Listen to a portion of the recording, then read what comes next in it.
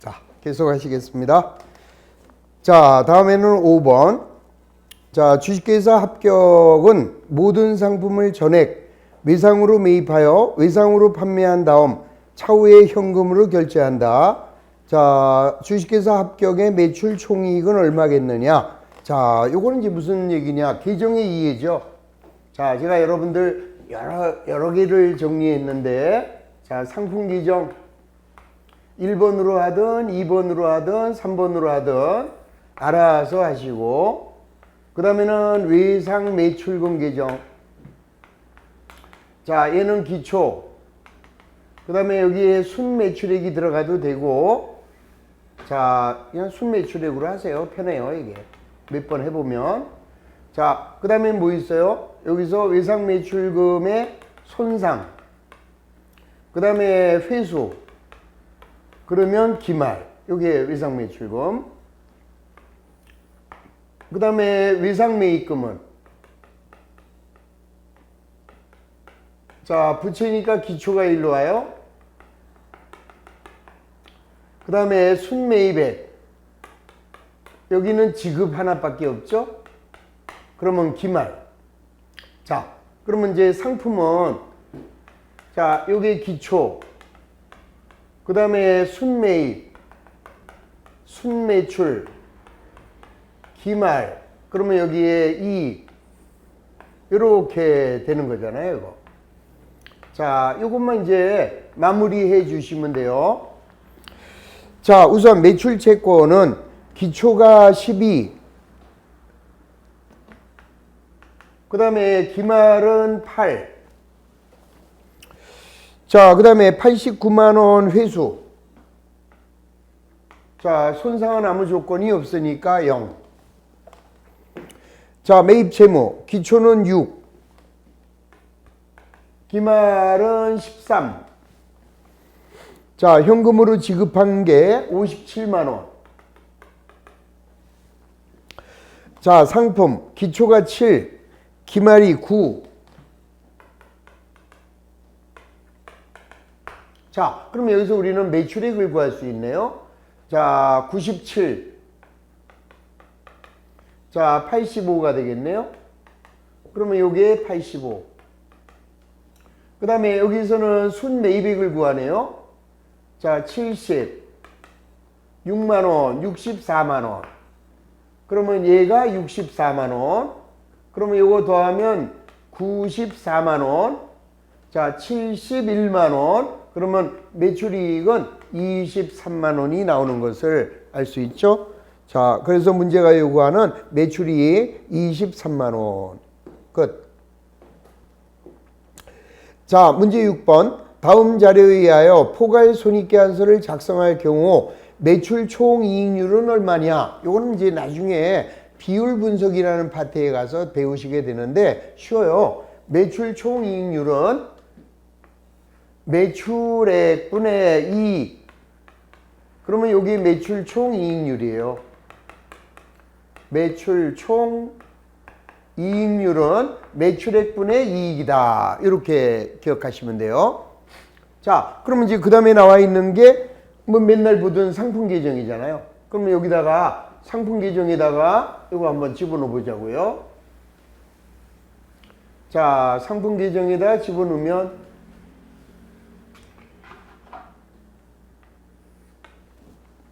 자, 총 매출액이 150인데, 자, 여기는 순매출액을 구하는 게 나니까 계산기 가지고 미리 빼버려요. 자, 150만원에서, 자, 매출 할인 마이너스 15만원. 그 다음에 내려가면서 매출 환입이 25,000원. 자, 그러면은 다시 총 매출액에서, 자, 매출 할인을 빼면은 135. 거기서 환입이 25만원. 자, 그러면 이제 순매출액은 110 이렇게 나오죠. 자, 그 다음에 기말은 35. 기초는 30. 기말은 35. 그럼 여기 이제 순매입액이 얼마인지 봐야 돼요. 그러면은 총 매입액이 100만원. 자, 매입 한출 매입 할인. 자, 18만 원만 빼면 돼요. 그러면 82만 원이 여기 순매입액. 그러면 얘가 145만 원이니까 자, 112만 원을 빼면 되죠? 145만 원에서 112만 원. 그러면 33만 원이 매출이익이 됩니다. 자, 그 다음에 매출 채권의 손상 차손은 그거는 외상 매출금과 관련이 있지 상품 계정하고는 아무런 관련이 없잖아요. 외상 매출금 계정에 손상이 들어가는 거죠. 삐끼. 자, 그럼 문제가 요구하는 건 순매출액이 110만 원이네요. 그런데 우리 회사의 이익은 33만 원이니까 얘 나누기 얘. 그러면은 매출 총 이익률은 30%가 되는구나 라는 것을 알 수 있는 거죠. 자, 그래서 정답은 4번이 되고요. 자, 이렇게 해서 간단하게 정리하셨고, 자, 이번에는 어디로 가느냐? 144페이지에 자, 재고자산에 대한 개념을 이해할 거예요. 자, 우리가 이제 재고자산 그러면 여태까지는 상품 이것만 했잖아요. 근데 이제 재고자산의 범위는 굉장히 이제 광범위해지죠.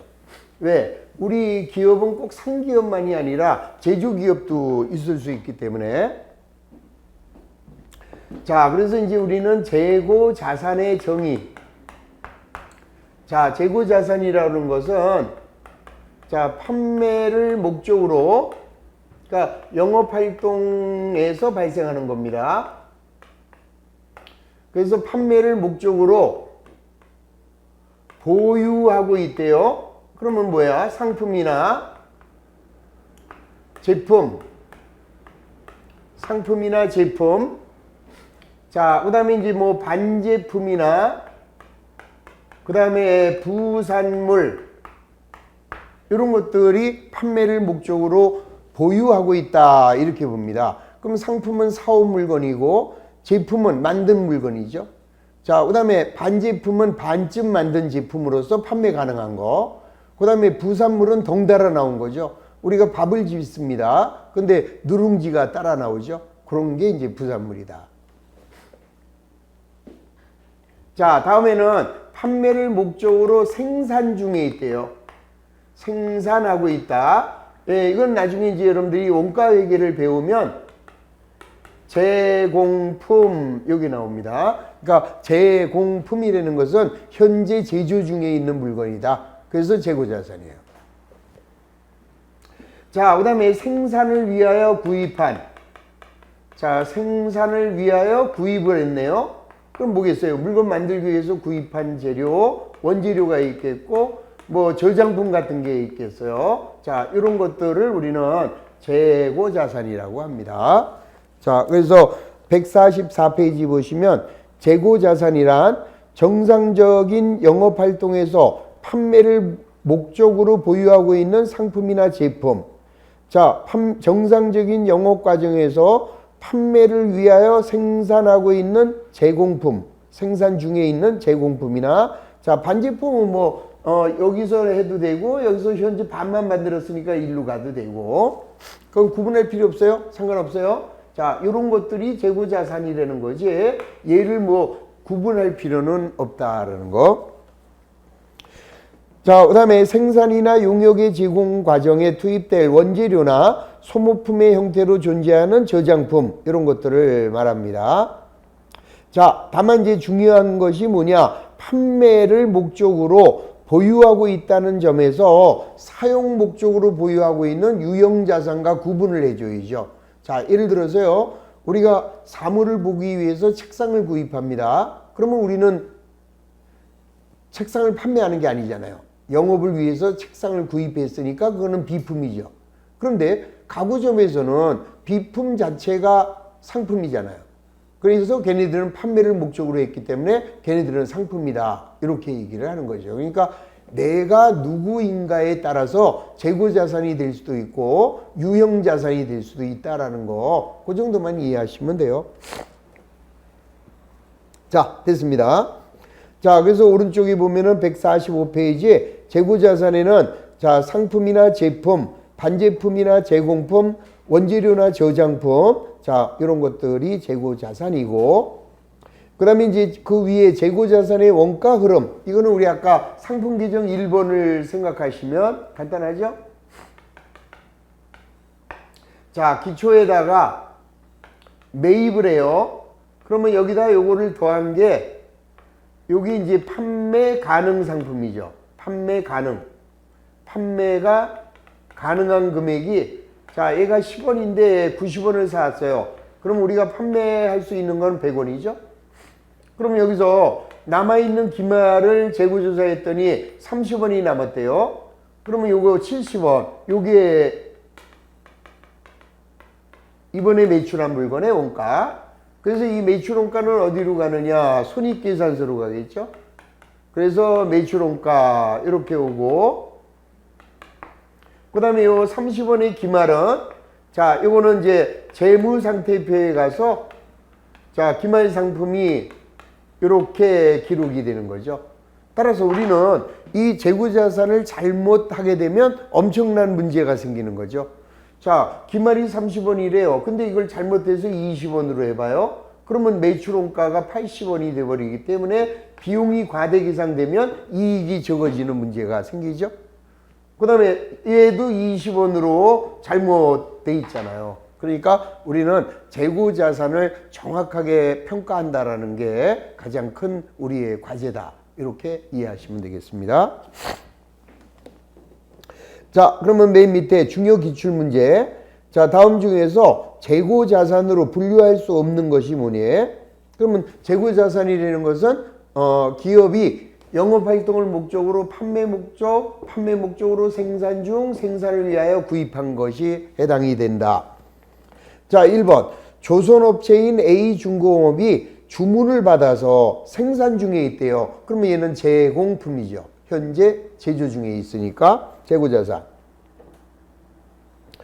자, 닭을 사육하고 가공하고 판매하는 회사가 사육하고 있는 닭, 얘는 원재료가 되겠죠.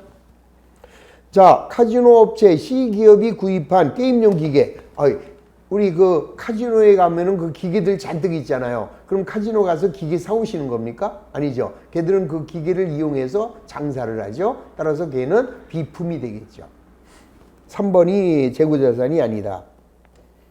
4번. D건설이 분양을 위하여 공사하고 있대요. 그러면 제공품. 자, 이 기업이 치약을 생산하기 위해서 구입한 원료래요. 그러면 원재료. 그래서 재고자산의 정확한 개념을 파악하시면 끝. 자, 넘어갑니다.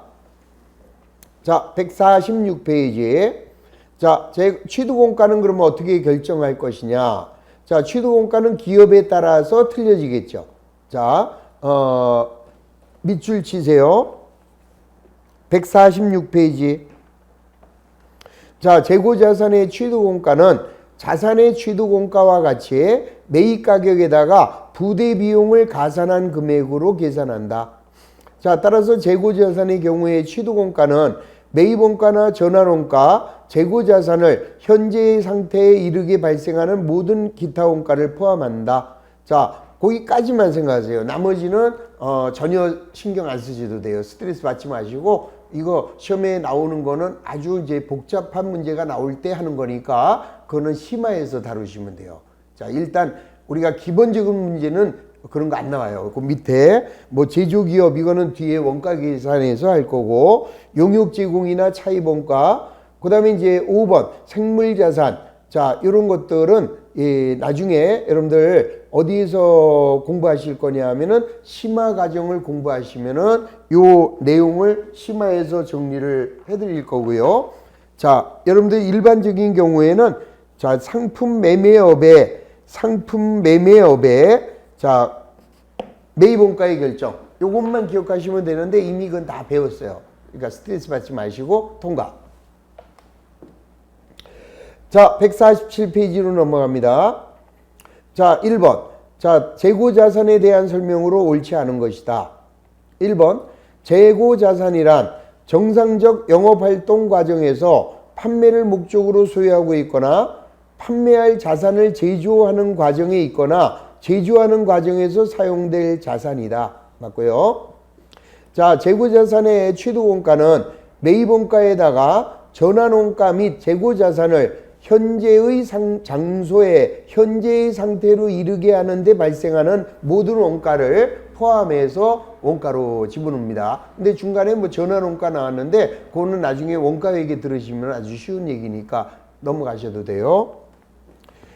자, 3번 재고자산의 매입원가는 매입가격에다가 자 수익관세, 관세가 붙었으면은 당연히 원가에 포함해야죠. 자, 그 다음에 하역료 더해야죠. 매입할인 빼야죠. 매입할인은 더하면 안 되죠. 그래서 3번이 틀렸다 이 소리예요. 그냥 우리 여태까지 배운 상식만 갖고 할 수 있잖아요. 자, 그래서 이거를 정확한 지문으로 고쳐드리면 자, 재고자산의 매입원가는 매입가격에다가 수익관세나 매입운임, 하역료는 더하고 매입할인이나 리베이트 등은 차감을 한 가격, 요게 재고자산의 구입가격이 된다. 자, 4번 표준원가법이나 소매재고법, 이건 뒤에 가서 하고요. 자, 5번 자, 재고자산의 원가평가 방법 중에서 우리 후입선출법은 우리 KIFRS 국제회계 기준에서는 후입선출법을 인정하지 않습니다. 자, 후입선출법이 뭔지는 아마 다음 시간쯤 배우시게 돼요. 자, 넘어갑니다. 자, 148페이지 문제 2번 기말의 재고자산에 포함될 항목. 자, 거기다는 왕별을 해주세요. 이거는 우리 시험에 아주 잘 나옵니다. 자, 그래서 무슨 소리인지 요거 정확하게 개념을 이해하시면서 자, 우리 시험에는 잘 나온다. 자, 우선 뭐가 있느냐? 제일 먼저 미착상품이라고 그랬네요. 그러면은 요 미착상품이 뭐냐? 국어적 정의는 아직 도착하지 않은 상품을 우리는 미착상품이다 이렇게 얘기를 해요. 그러면 이 말은 뭐냐면은 자, 우리가 이제 우리나라가 이렇게 있어요. 이렇게. 자, 그러면은 이렇게 됐다고 치고요. 자, 여기 서울의 A가 부산의 B한테 판매를 합니다. 판매자. 그럼 B는 구매자.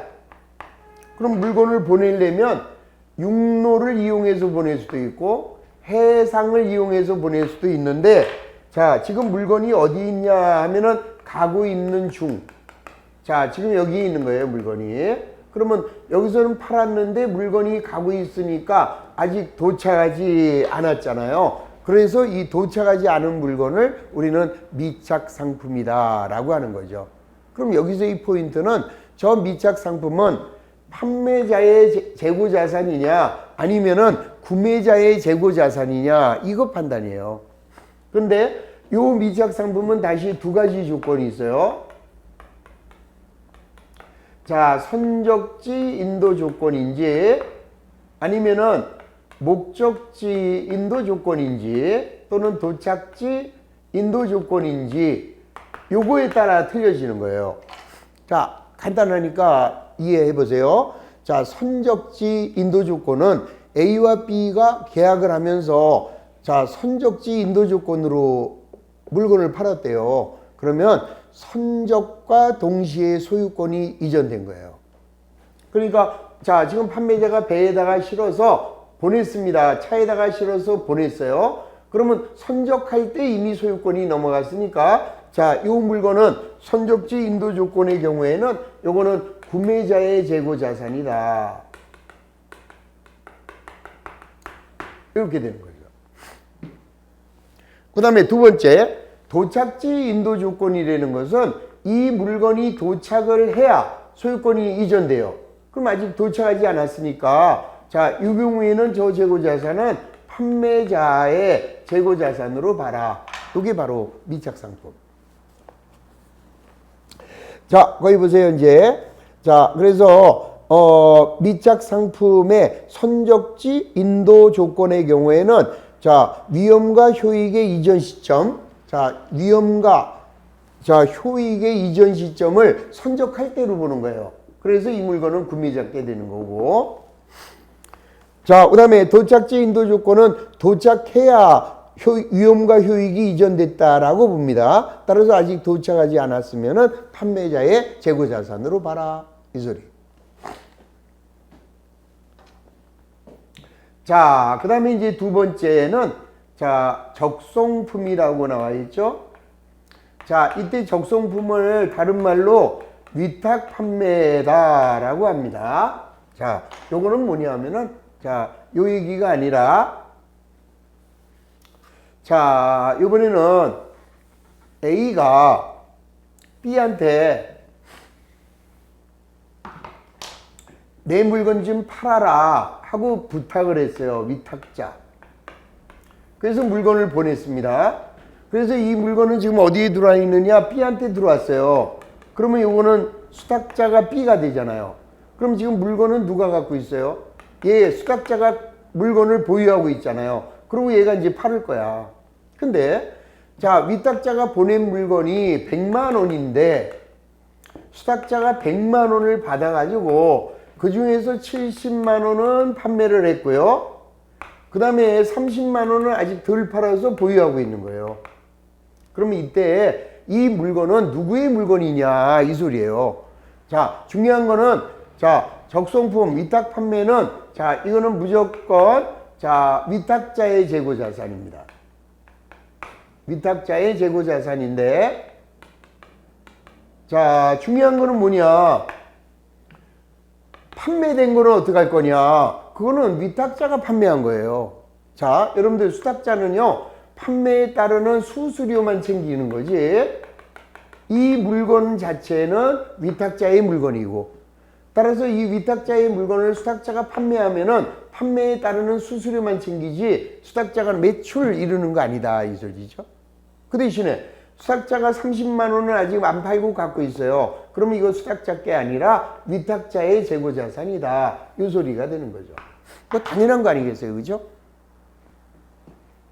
자, 우리 회사가 만든 물건을 자, 어디다 보냈느냐? 홈쇼핑에다가 팔아줘 하고 부탁을 했어요. 그럼 홈쇼핑에서는 수수료만 받고 팔아주는 거지 그 물건의 소유권은 부탁한 사람한테 있다 이 소리죠. 자, 그리고 홈쇼핑이 팔아도 홈쇼핑이 판 게 아니죠. 수수료만 챙긴다. 자, 세 번째. 자, 이번에는 시송품. 자, 시송품이라는 거는 자, 요거는요. 자, A가 판매자고요. B는 이번에는 구매자예요. 근데 우리가 판매할 때 어떤 조건을 걸었냐면은 야, 한번 써봐라. 써보고 좋으면은 사고 마음에 안 들면은 반품해라. 이런 조건으로 보낸 물건, 요거를 우리가 시송품이라고 그러죠. 그러면 이 시송품에서는 구매자가 매입 의사를 표시하느냐 안 하느냐에 따라 틀려져요.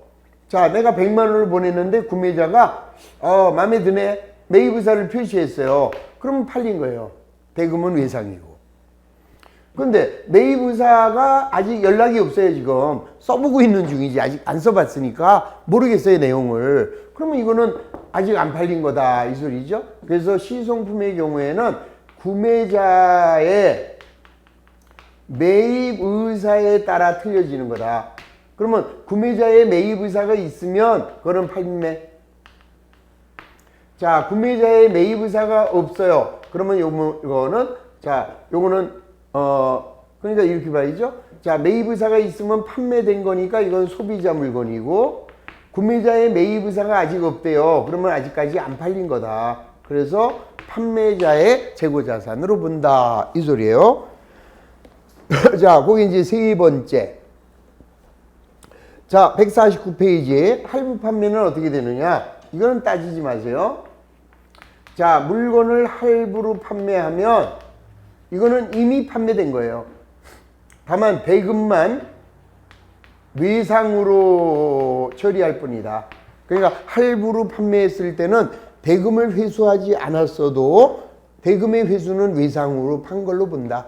장기 할부든 단기 할부든 자, 아무 상관없어요. 그래서 할부 판매는 자, 무조건 자, 고객에게 자, 거기 볼까요? 할부 판매는 고객에게 재고 자산을 인도하고 대금의 회수를 미래에 분할하여 회수하기로 한 경우므로 대금이 모두 되지 않았다 하더라도 상품을 인도할 때 수익으로 인식한다. 따라서 자, 할부 판매 상품은 판매자의 재고 자산이 아니다. 이렇게 이해하시면 되고, 자, 왼쪽에도 쭉 한번 읽어보시면은 자, 요 내용을 정확하게 이해하실 수 있습니다. 자, 그 다음에 5번 담보로 제공했대요. 이것도 뭐 고민할 거 뭐 있어요? 담보로 제공했다면 자, 이거는 내가 넘긴 거 아니잖아요. 그러니까 요거는 담보로 맡겼으니까 담보 제공자, 담보로 제공한 사람의 재고자산으로 봐라. 자, 예를 들어서 내가 노트북을 갖고 있어요. 자, 이놈의 노트북을 자, 전당포에다가 갖다 맡기고 50만 원을 빌렸습니다. 그러면 그 물건은 전당포 주인 겁니까? 내 겁니까? 내 거죠. 내가 돈 갖다 주면 도로 찾아오잖아요. 그래서 담보로 제공했다면 자, 따라서 여기 보세요. 자, 담보 제공 상품은 금융기관 등으로부터 자금을 차입하고 담보로 제공한 상품이므로 담보권이 실행되기 전까지는 담보 제공자가 소유권을 가지고 있다. 무슨 말이에요? 돈을 안 갚기 전에는 내 물건이다. 이 소리죠. 자, 따라서 자, 담보 제공자의 재고자산으로 본다.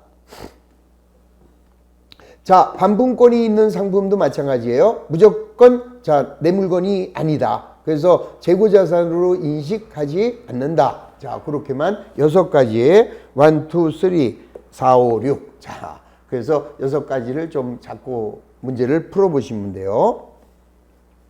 자, 그랬더니 기출문제가 어떻게 나왔느냐. 자, 다음은 주식회사 한국의 X1년도 상품과 관련된 자료래요. 자, 주식회사 한국의 X1년도 기말에 재고자산은 얼마인가? 자, 이거 한번 잠시 풀어보시지 않겠습니까? 자, 한번 지금까지 배운 내용을 토대로 해서 자, 한 번만 풀어보시기 바랍니다. 자, 풀어보셨죠? 자, 봅니다. 자, 먼저 우리 회사의 재고자산을 파악하는 거죠. 1번 X1년 말 창고에 보관하고 있는 실사금액이 50. 그럼 뭐 이건 뭐 묻지도 말고 따지지도 말고 자, 50. 자, 두 번째, 주식회사 한국이 수탁자에게 적송을 했는데 아직 수탁자가 못 팔고 있대요. 그러면 이거는 우리 재고자산 2만 원. 자, 세 번째, 시용 판매를 위하여 고객에게 발생했는데 13만 원을 보냈어요. 근데 자, 매입 의사 표시가 5만 원은 아직 없대요. 그러면 8만 원은 팔린 거고 5만 원은 아직 매입 의사 표시가 없으니까 그 물건은 우리 회사의 재고자산이다. 자, 다음에 X1년 말 선적지 인도 조건으로 주식회사 한국이 우리가 팔았대요. 그러면 이건 내가 선적할 때 내 물건이 아니다. 자, X1년 말 선적지 인도 조건으로 한국이 매입해서 운송 중에 있대요. 그러면 선적지 인도 조건으로 내가 사왔으니까 그거는 내 물건이죠. 자, 그래서 12만 원. 그러면 우리 한국의 재고자산은 얼마가 됩니까? 69만 원이 되나요? 자, 주식회사 한국의 재고자산은 69만 원으로 결정. 아무것도 아닙니다. 자, 이렇게 해서 넘어가시면 되고요. 자, 그 다음에는 150페이지에는 재고자산의 원가의 배분 방법, 요게 나왔죠? 자, 재고자산의 원가 배분 방법. 자, 이것도 우리 시험에 곧잘 나오는 문제입니다.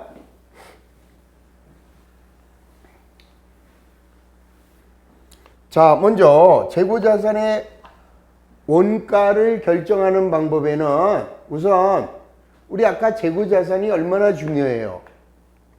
자, 우리 상품 계정에 기초가 100원이고 단기에 900원을 매입을 했어요.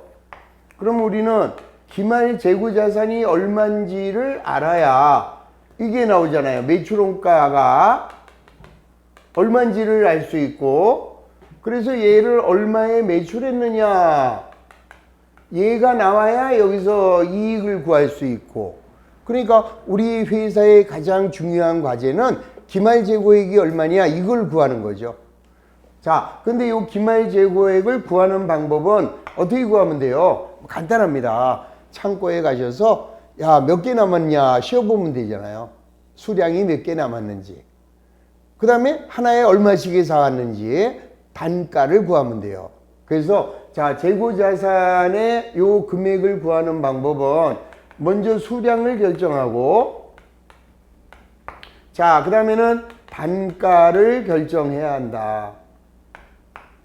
자, 그러면 이 수량을 결정하는 방법에는 다시 계속기록법이라는 것이 있고, 그 다음에 실사법이라는 게 있고, 그 다음에 혼합법이라는 게 있어요. 자, 우선 여기까지. 자, 수량 결정은 자, 이렇게 하는 거예요.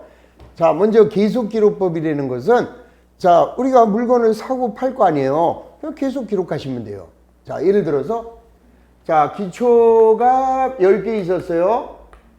그 다음에 이제 매입을 합니다. 몇 개 매입했느냐? 40개. 그 다음에 팔아요. 매출 30개. 그 다음에 다시 50개 사오고, 다시 30개 사오고, 자, 그 다음에 몇 개를 팔았느냐? 자, 70개를 팔았어요. 그러면 남아있는 기말은 얼마가 돼요? 자, 10개에서 자, 40개, 50개인데 30개 팔았으니까 20개, 50개 사왔으니까 70개, 더 30개 사왔으니까 100개, 그 중에서 70개를 팔았으니까 남아있는 건 기말은 30개. 이거 누가 못해? 이게 계속기록법. 그러니까 들어올 때도 기록하고 나갈 때도 기록하고 그때 기록하는 게 계속기록법. 참 별걸 다 하고 있죠 지금. 자, 그에 비해서 이제 이거 그럼 토탈로 쓸게요. 50, 30 더해지면 여기로 80이 올라가고, 그 다음에 여기서는 여기로 70개가 올라가서 이렇게 된 거죠. 10개인데 자, 40개 사오고 30개 팔고 80개 사오고 70개 팔고, 그래서 남아있는 기말은 30개. 그러면은 요건 좀 번거롭지 않아요? 들어올 때도 기록, 나갈 때도 기록. 이 번거로우니까, 그럼 이번엔 두 번째 방법, 실사법, 실지재고조사법으로 하겠대요. 자, 실사법이라는 것은 실제로 재고를 조사하는 방법. 그럼 이건 어떻게 하느냐? 기초에서 매입만 기록하세요. 매출한 건 기록하지 말아요. 그냥 매입만 기록하세요. 그러면 기초에 몇 개 있었어요? 10개. 그 다음에 몇 개 사왔어요? 40개, 80개, 40, 80. 원래는 50, 30인데 섞어놓고. 그 다음에는요, 자, 매출할 때는 신경 쓰지 말아라 이거예요, 그냥. 그러고 나면은 결산일날 창고에 가서 몇 개 남아있느냐 기말을 재고조사하는 거죠. 그래서 창고에 가서 남아있는 기말을 봤더니, 자, 기말이 몇 개 남았냐 하면은 30개가 남아있는 거예요. 그러면은, 자, 우리가 이번에 매출한 게 몇 개가 될까요? 자, 10개인데 80개, 90개, 130개에서 30개가 남아있어? 그러면은 100개가 팔렸네. 자, 여기 우리 아까 70개, 30개. 자, 더해서 나온 수량이나, 자, 이렇게 나온 수량이나 결론은 똑같은 거 아니겠어요? 자, 이게 바로 실지재고조사법이래. 그럼 별걸 다 공부하고 있어요. 그렇죠? 자, 그러면 어떤 걸로 해야 돼요? 어느 게 더 편하십니까? 뭐 사람에 따라 틀리죠. 나는 들어올 때도 기록, 나갈 때도 기록, 들어올 때도 기록, 이렇게 하는 거. 뭐하러 그렇게 힘들게 해? 들어온 것만 했다가 나중에 창고 가서 쉬어버리지. 그래서 뜻대로 하시옵소서. 계속기록법으로 하나, 실사법으로 하나 아무런 문제가 되지 않아요. 일반적으로는. 그런데 이제 어떤 문제가 발생하게 되느냐? 자, 여러분들 창고에 가면은요, 우리 회사 창고에 가면, 자, 기말이 몇 개 남아 있어야 돼요? 3개, 30개가 남아 있다며, 기말이. 그러면 창고에 가면은 기말이 30개가 남아 있어야 맞는 거죠. 맞습니까? 하하, 그런데 말이에요. 여러분들 한번 생각해 보세요. 저게 오징어라고 한번 해볼까요? 자, 오징어가 10마리 있었고, 자, 120마리를 사고 100마리를 팔았으니까 창고에 남아있는 것은 30마리의 오징어가 남아있어야 됩니다. 맞죠? 자, 창고에 들어가서 쉬어보세요. 30마리 잘도 남아있겠다. 왜요? 누군가 손 타잖아요. 그래서 실제로 가서 재고 조사를 했더니, 자, 30마리가 아니라 실사를 했더니 20마리밖에 없답니다. 그러면 이 10마리가 없어졌네요. 자, 이 10마리를 우리 회계에서는 이 10마리를 뭐라고 하느냐? 요 놈을 재고 자산이 없어져서 생기는 손실이다. 그래서 재고 자산의 감모 손실이라고 하는 거죠. 여러분들 상식적으로 저런 일 있을 수 있다 없다? 있다. 자, 일반적으로 통상 있는 거죠. 뭐 저런 것만 있습니까? 우리가 이 주유소를 하고 있어요. 그러면 자, 우리가 기름을 받아서 팔려요. 주유를 해요. 그럼 남아있는 이 기름 탱크에 있는 그 수량하고 장부상의 수량이 딱 맞을까요? 아니잖아요. 이 기름 같은 거는 증발도 돼버리고, 그 다음에 주유원이 이 주유하다가 실수로 흘릴 수도 있고, 여러 가지 이유로 요즘엔 또 여러분들 개인적으로 이 주유하시잖아요. 그럼 서투른 사람이 넣다 보면은 많이 흘리잖아요. 근데 그 흘린 만큼 돈 더 받으십니까? 아니잖아요. 그래서 그런 문제점이 있는 거예요. 안 맞는 거예요, 이게. 그래서 자, 우리는 이거를 어떻게 해야 될 것이냐, 요거를 이제 생각을 하는 거죠. 자, 만약에 재고 자산의 감모 손실이 없다라고 가정하면 이런들 어떻고 저런들 어써요? 아무 상관이 없어요. 그런데 문제가 생겼죠. 얘가 지금 창고에 들어갔더니 자, 어떻게 된 거예요? 20마리밖에 없어요. 그러면 계속기록법으로 하게 되면 어떤 문제가 생깁니까? 자, 기초는 10, 매입은 120, 매출은 100. 그러면 기말이 30이다 그랬죠? 웃기고 있네. 기말은 20밖에 없잖아요. 그러니까 자, 계속기록법으로 하게 되면 어떤 문제점이 있습니까? 기말의 재고자산이 과대계상되는 그런 문제점이 있죠. 기말의 재고자산이 과대계상돼요. 그러면 자산이 커지면 이익이 커지는 문제점이 발생한다, 이 소리예요. 자, 그 다음에 실사법은 어떻게 될까요? 자, 실사법으로 하게 되면 자, 기초는 10마리, 매입은 120마리, 그런데 창고에 가서 해봤더니 20마리가 밖에 없잖아요. 20마리. 그럼 우리가 이번에 매출한 물건은 110마리네. 이렇게 해서 매출원가가 과대계상되는 이런 문제점이 발생한다 이거죠. 그렇죠? 계속기록법으로 해도 문제고 실사법으로 해도 문제가 발생합니다. 그래서 어쩌자는 거예요? 혼합법으로 하자 이거죠. 그러면 이제 혼합법은 자, 기중에는 계속기록법으로 기록을 해요. 그리고 이제 결산 시에는 실사를 해요. 그러면 여기에서 재고자산의 감모 손실을 10마리 구할 수가 있다 이거죠. 보세요. 기중에 의하여 계속기록법으로 기록하면 30마리인데 실사를 하면 20마리니까 10마리가 없어졌구나. 여기서 감모 손실을 찾아낼 수 있다라는 거죠. 그래서 결론, 실무에서는 이 두 가지를 병행한다.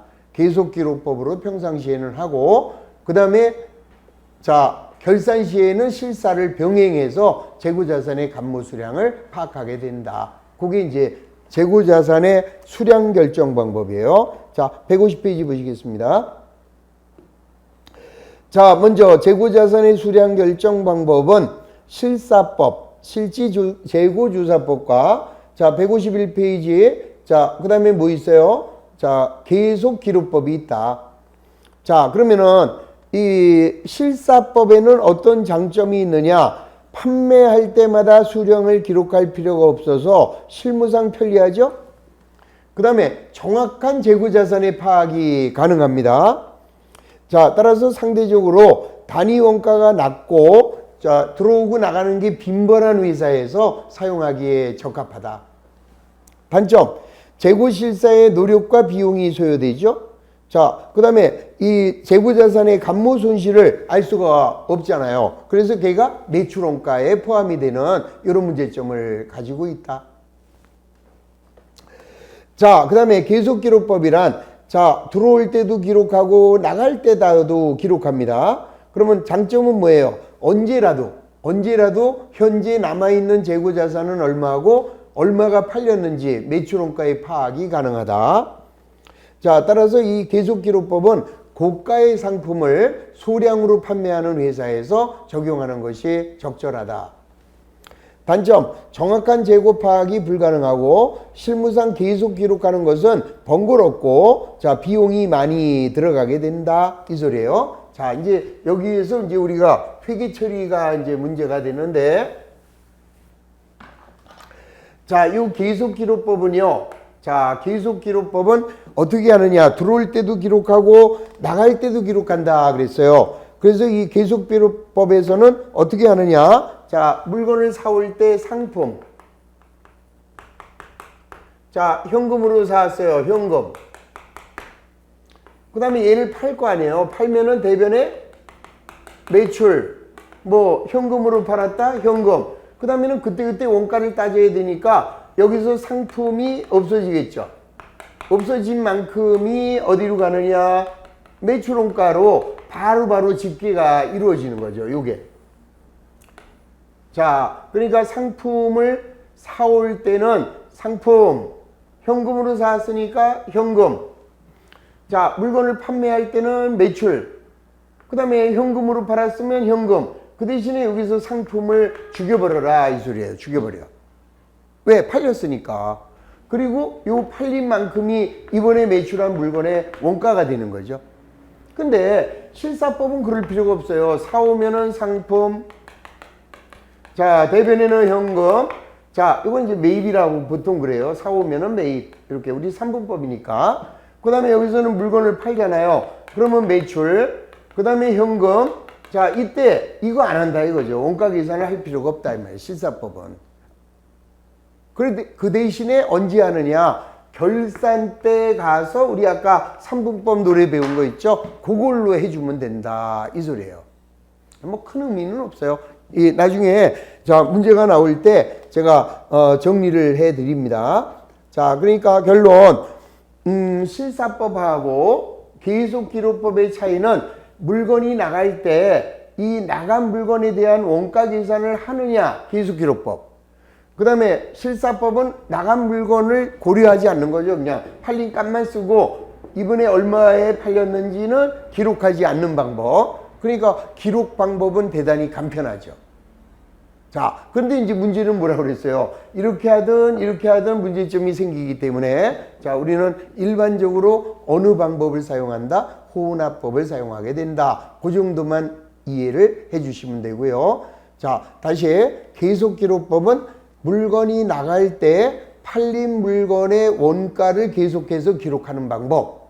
그 다음에 실사법은 물건이 팔렸을 때 팔린 값만 기록하고 자, 나간 놈의 원가를 따지지 않는 거. 요게 포인트예요. 그러니까 결국 이놈과 이놈의 차이는 요거를 요 팔린 물건의 원가를 계속기록법은 기록을 하는데 실사법에서는 이거를 기록하지 않는 거죠. 여기 실사법에서는. 자, 그거 하나만 좀 차이가 있다라는 거, 그것만 이해하시면 되고, 자, 일반적으로는 어떤 걸 하는 거예요? 둘 다 한다. 자, 152페이지에. 자, 혼합법 또는 수정된 계속기록법이라고 합니다. 따라서 실사법과 계속기록법을 절충하는 거죠. 자, 그래서 먼저 계속기록법에 의하여 기록하고 나중에 자, 실사를 해서 파악하는 방법이 요게 혼합법 또는 다른 말로 자, 수정된 계속기록법, 수정된 계속기록법이다. 그러니까 계속기록법을 나중에 이제 수정을 한다. 이렇게 생각하시면 되겠죠. 자, 거기까지만 하고 또 잠시 쉬었다가 자, 단가의 결정 방법까지 오늘 배우도록 하겠습니다. 자, 잠시 쉬고 계속합니다.